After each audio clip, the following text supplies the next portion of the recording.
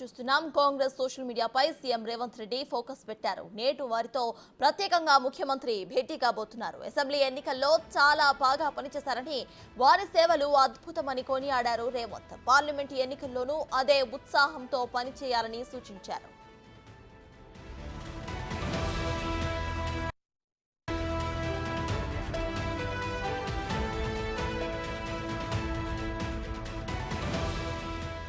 శాసనసభ ఎన్నికల్లో కాంగ్రెస్ ఘన విజయాన్ని సాధించి అధికార పీఠాన్ని కైవసం చేసుకుంది. హస్తం పార్టీ విజయంతో సోషల్ మీడియా టీం అద్భుతంగా పనిచేసిందని గతంలో సీఎం రేవంత్ రెడ్డి అభినందించారు.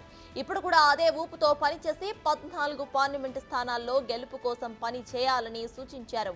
ఇదే క్రమంలో సోషల్ మీడియా టీంతో చర్చించి వారికి దిశానిర్దేశం చేయబోతున్నారు.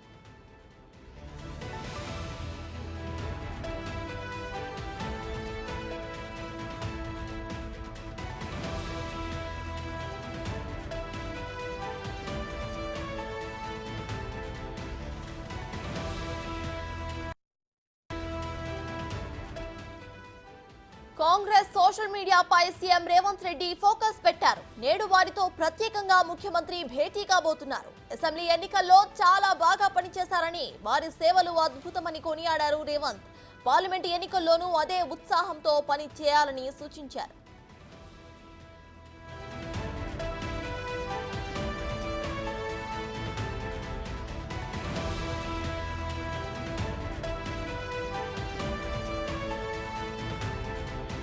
శాసనసభ ఎన్నికల్లో కాంగ్రెస్ ఘన విజయం సాధించి అధికార పీఠాన్ని కైవసం చేసుకుంది. హస్తం పార్టీ విజయంలో సోషల్ మీడియా టీం అద్భుతంగా పనిచేసిందని గతంలో సీఎం రేవంత్ రెడ్డి అభినందించారు. ఇప్పుడు కూడా అదే ఊపుతో పని చేసి 14 పార్లమెంటు స్థానాల్లో గెలుపు కోసం పని చేయాలని సూచిస్తున్నారు. ఇదే క్రమంలో సోషల్ మీడియా టీంతో చర్చించి వారికి దిశానిర్దేశం చేయబోతున్నారు రేవంత్.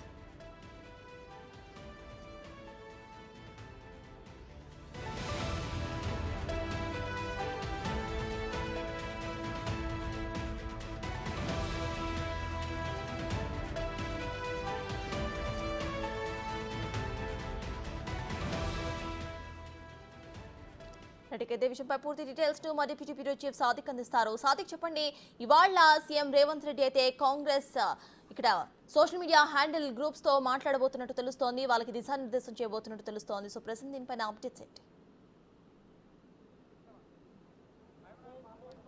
ఎస్ సత్తాజ్, కాంగ్రెస్ పార్టీ సోషల్ మీడియా కార్యకర్తలతో ముఖ్యమంత్రి రేవంత్ రెడ్డి సమీక్షా సమావేశం ఏర్పాటు చేయడం జరిగింది. అసెంబ్లీ ఎన్నికల్లో వాళ్ళు చేసినట్టు సేవ ఎనలేనిది. ఎందుకంటే సోషల్ మీడియా వేదికగా 6 గ్యారంటీ స్కీమ్స్ అన్నిటిపైన కూడా ముఖ్యమంత్రి రేవంత్ రెడ్డి ఆదేశాల మేరకు 6 గ్యారంటీ స్కీమ్స్ క్షేత్రస్థాయిలో వారందరూ కూడా సోషల్ మీడియా ద్వారా, అంటే ఇన్స్టా కానీ ఫేస్బుక్ కానీ ఇతరత్ర సంబంధించిన సోషల్ మీడియా వేదికగా ద్వారా ప్రజలందరికీ కూడా చేరువదీసే విధంగా వాళ్ళు చేశారు. ఆ ప్లాన్లో భాగంగా ఉంది. ఇప్పుడు పార్లమెంటు ఎన్నికలు కూడా వస్తున్న నేపథ్యంలో సోషల్ మీడియాను మరింత స్ట్రీమ్లైన్ తీసుకొచ్చి ఈ 25 అంటే మేనిఫెస్టో ప్రకారంగా 5 గ్యారంటీలు, అదేవిధంగా 25 హామీలను కూడా పూర్తి స్థాయిలో ప్రజల్లోకి తీసుకురావాలి. బీజేపీ మతత్వవాదాన్ని ప్రజల్లోకి ఎండగట్టే విధంగా సోషల్ మీడియా కార్యకర్తలు పనిచేయాలి. అదేవిధంగా ఇప్పటికే నయవంచన పేరుతో 10 ఏళ్ల పాలన, నయవంచన 100 ఏళ్ల విధ్వంసం పైన కూడా ఒక ఛార్జ్షీట్ కూడా కాంగ్రెస్ పార్టీ విడుదల చేసింది. సో ఈ అంశాలన్నిటిపైన కూడా సోషల్ మీడియా కార్యకర్తలతోని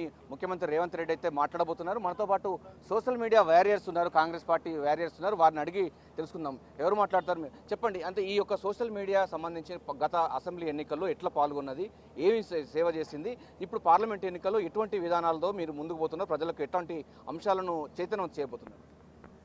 ముందుగా బిగ్ టీవీ యాజమాన్యం గారికి ప్రత్యేకమైన ధన్యవాదాలు. ఇక్కడ అంటే తెలంగాణ రాష్ట్రంలో సోషల్ మీడియా పరంగా మేము పనిచేసిన విధానం గురించి ఒకసారి మీకు తెలియజేయాలని అనుకుంటే కనుక, గడిచిన 10 ఏళ్ల కాలంలో తెలంగాణ రాష్ట్రం వచ్చిందనే సంతోషం ఉంది తప్ప, తెలంగాణ రాష్ట్రంలో నిధులు కావచ్చు, నీళ్లు, నియామకాలు ఏదైతే వాటి కోసం ఏర్పడినటువంటి తెలంగాణ యువత చేసినటువంటి పోరాటాన్ని, కేసీఆర్ ఆ కుటుంబం చేసినటువంటి దోపిడీని 10 సంవత్సరాలలో మేము ఎండగట్టి, అంటే ఈ 10 సంవత్సరాలు వాళ్ళు చేసినటువంటి తప్పిదాలను కూడా, అంటే 2014 వాళ్ళు ఇచ్చినటువంటి మేనిఫెస్టో కావచ్చు, 2018లో వాళ్ళు ఇచ్చినటువంటి మేనిఫెస్టో కావచ్చు, పథకాలు ఏవైతే వాళ్ళు ప్రజలకు చేరువ చేయలేదో ఆ యొక్క ప్రతి విషయాన్ని మేము తెలంగాణ రాష్ట్రంలో 119 నియోజకవర్గాలు ప్రతి బూత్ స్థాయి వరకు కూడా సోషల్ మీడియా వేదిక ద్వారా సోషల్ మీడియా చైర్మన్ మన్న సతీష్ గారి ఆధ్వర్యంలో ఆర్గనైజేషన్ ఇన్ఛార్జ్ ఉన్నటువంటి శివకుమార్ గారు, అంటే గత ప్రభుత్వాలు మీడియాను అంతా కూడా అదుపులో పెట్టుకున్న తరుణంలో సోషల్ మీడియానే కాంగ్రెస్ పార్టీకి అండదండగా నిలిచిన సందర్భం ఉంది. 6 గ్యారంటీ స్కీమ్స్ కూడా మీ ప్రజల దగ్గరికి ఎట్లా తీసుకెళ్లారు, ఎటువంటి వేదిక ద్వారా తీసుకెళ్లడం జరిగింది? ఇప్పుడు మేము సోషల్ మీడియా మాధ్యమాలలో అంటే ఎస్పెషల్గా చెప్పాలంటే ఫేస్బుక్, వాట్సాప్ గ్రూపులు, అదేవిధంగా ట్విట్టరు, అదేవిధంగా ఇన్స్టాగ్రాము, చిన్న చిన్న ఉన్నటువంటి కరపత్రాలలో కూడా మేము ముద్రించుకొని ఆ కరపత్రాలలో నియోజకవర్గ స్థాయిలో, పోలింగ్ బూతుల స్థాయిలో, గ్రామాలలో కూడా మేము వాటిని అన్నింటిని కూడా తీసుకొని ఇంటింటికి గడప కూడా ప్రచారం చేయడం జరిగింది. అక్కడ ఉన్నటువంటి స్థానిక నాయకత్వం సహకారంతో సోషల్ మీడియాని విస్తృత స్థాయిగా ప్రచారం చేసి ప్రజలకు అర్థమయ్యే విధంగా, అంటే తెలంగాణ రాష్ట్రంలో కాంగ్రెస్ పార్టీ, తెలంగాణ రాష్ట్రం ఇచ్చింది కాంగ్రెస్ పార్టీ ఇచ్చినటువంటి రాష్ట్రాన్ని మళ్ళీ అంటే గాడిలో పెట్టాలంటే కాంగ్రెస్ పార్టీ అయితేనే అది సాధ్యమవుతుంది అని చెప్పేసి సోనియా గాంధీ గారికి అందరూ కృతజ్ఞతగా ఉండాలని చెప్పేసి రేవంత్ రెడ్డి గారి నాయకత్వంలో అందరూ పనిచేయాలని చెప్పేసి మేమందరం కూడా ఇంటింటికి.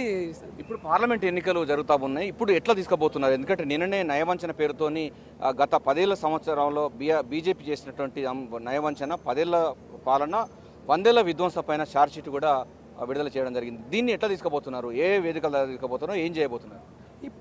ఇప్పుడు అంటే కేంద్రంలో కాంగ్రెస్ పార్టీ అధికారంలోకి వస్తే చేయబడేటువంటి అంటే 5 న్యాయాలు ఏదైతే ఉందో ఆ 5 న్యాయాలతో పాటుగా ఏంటంటే నిన్న బీజేపీ మీద రిలీజ్ చేసినటువంటి ఛార్జ్షీట్ను కూడా మేము క్షేత్రస్థాయిలో ఇప్పుడు మా మహబాద్ పార్లమెంట్లో 1783 పోలింగ్ బూతులు ఉన్నాయి. ఆ 1783 పోలింగ్ బూతులలో కూడా బూత్ కమిటీలు అని చెప్పేసి మేము వేసుకున్నాము. ఆ బూత్ కమిటీల ద్వారా ప్రతి ఇంటికి కూడా కేంద్రంలో ఉన్నటువంటి అధికారంలో ఉన్నటువంటి బీజేపీ మతాన్ని అడ్డం పెట్టుకొని ఈ దేశాన్ని విచ్ఛిన్నం చేయాలని చెప్పేసి అందరూ అంటే కుల మతాలకు అతీతంగా భారతదేశం అంటేనే సర్వమత సమ్మేళనం, ఇటువంటి భారతదేశాన్ని కేవలం ఒక హిందూ మతం పేరిట అందరిని విడదీయాలని చెప్పేసి వాళ్ళు చేసినటువంటి వాళ్ళు చేసిన దుష్ట ప్రయత్నాలు అన్నింటినీ కూడా సోషల్ మీడియా వేదికగా మేము ప్రతి ఒక్కరికి కూడా గడప గడపకు తెలియజేసి రాబోయే పార్లమెంట్ ఎన్నికల్లో కాంగ్రెస్ పార్టీ అధికారంలోకి వస్తే పేద ప్రజలకు అందరికీ కూడా మంచి జరుగుతాయని చెప్పేసి మహిళలకు కావచ్చు, యువతకు కావచ్చు ఉపాధి అవకాశాలు రావాలంటే కాంగ్రెస్ పార్టీ వస్తేనే మనుగడలోకి వస్తేనే బాగుంటుందని చెప్పేసి మేము ప్రయత్నం చేస్తూ ప్రతి కార్యక్రమాన్ని ఇంటింటికి చేరవేసే విధంగా ప్రయత్నం చేస్తాం. మీరు చెప్పండి సార్, అంటే ఇప్పటి వరకు మీడియా వరకే సోషల్ మీడియా యొక్క ప్రాముఖ్యత ఏంది? కాంగ్రెస్ పార్టీకి సోషల్ మీడియా ఎటువంటి కాంట్రిబ్యూషన్ ఇచ్చేది? ఇప్పుడు జాతీయ స్థాయిలో భారతీయ జనతా పార్టీ గవర్నమెంట్ వచ్చిన తర్వాత కాంగ్రెస్ పార్టీకి ఎటువంటి సహకారం లేదు మీడియా నుంచి. లేపడం వల్ల మేమే ప్రత్యేక వేదికల ద్వారా ఫేస్బుక్, వాట్సాప్ వీటి ద్వారా మేము మా కార్యకర్తలకి, ప్రజలకి జరుగుతున్న తప్పు ఒప్పులు ఏంటి అనేది నేరుగా వాళ్ళ దగ్గరికి తీసుకెళ్ళడానికి ఈ వేదికలకు మేము వాడుకుంటున్నాం. దీని ద్వారా ప్రజల చైతన్యంతో పరిచయం, దాని ఫలితమే తెలంగాణ రాష్ట్రంలో మేము అధికారం సాధించాం. ఎవరు గుర్తించినా గుర్చపోయినా మా ముఖ్యమంత్రి రేవంత్ రెడ్డి గారు సోషల్ మీడియాని ఈరోజు చాలా హైలైట్గా గుర్తించారు. మా యొక్క కృషిని ఆయన గుర్తించారు. ఈరోజు వారు ఆహ్వానం మేరకు వారిని కలవడానికి వచ్చినాం. అంటే సత్తాజ్, సోషల్ మీడియా ప్రాముఖ్యత రోజు రోజు పెరుగుతున్న సందర్భంలో కాంగ్రెస్ పార్టీ తెలంగాణలో అధికారం రావడానికి సోషల్ మీడియా సేవ చాలా అనన్యమైనది. ఎందుకంటే అన్ని మీడియా సంస్థలు కూడా కేసీఆర్ తన గుప్పిట్లో పెట్టుకొని కాంగ్రెస్ పార్టీకి ఎక్కడ కూడా మైలేజ్ రాకుండా అడ్డుకున్న తరుణంలో ఈ సోషల్ మీడియా సంబంధించినటువంటి కార్యకర్తలే, నాయకులే మొత్తం ప్రతి గడపకు తీసుకెళ్లి 6 గ్యారంటీ స్కీమ్స్ ప్రజల్లోకి విస్తృతంగా తీసుకెళ్లారు. ఇప్పుడు బీజేపీ సంబంధించినటువంటి విధానాలు, మతత్వ విధానాలు కానీ, లేకపోతే దేశంలో ప్రభుత్వ రంగ సంస్థలను ప్రైవేటు వారికి దారాదత్తం చేయడం కానీ, అదానీ అంబానీలకు దేశ సంపదను దోచిపెట్టుకున్నటువంటి సందర్భాలు అన్నిటిపైన కూడా, ఎందుకంటే దేశంలో ఉన్నటువంటి ప్రధాన మీడియాలు కూడా ఇప్పుడు మోడీ చేతిలో ఉన్నాయి.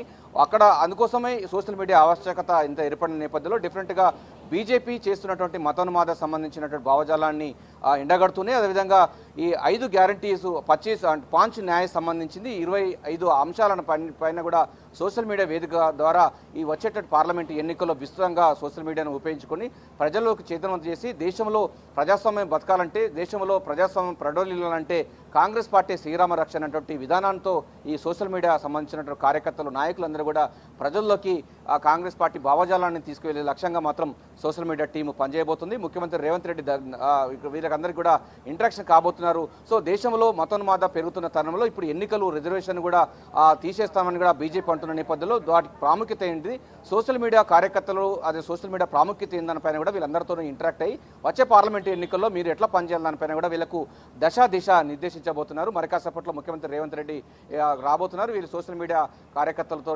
మాట్లాడిన తర్వాత వారికి దిశ నిర్దేశించి వచ్చే పార్లమెంటు ఎన్నికలు, అదేవిధంగా ప్రభుత్వ పథకాలు కూడా ఇప్పటికీ 6 గ్యారంటీ స్కీమ్స్ అమలవుతున్న నేపథ్యంలో వాటిని ప్రజల్లోకి విస్తృతంగా ఎట్లా తీసుకెళ్లాలనిపైన కూడా ముఖ్యమంత్రి రేవంత్ రెడ్డి తన యొక్క ఆలోచన విధానాన్ని ఈ సోషల్ మీడియా కార్యకర్తలతో పంచుకొని వచ్చే పార్లమెంటు ఎన్నికల్లో కూడా మరింత ఎంతూజియాజంగా మరింత క్రియాశీలకంగా పనిచేయాలని కూడా వీళ్ళతో మాట్లాడే అవకాశం అయితే మనకు స్పష్టంగా కనబడుతుంది. సాతాస్. Right, thank you.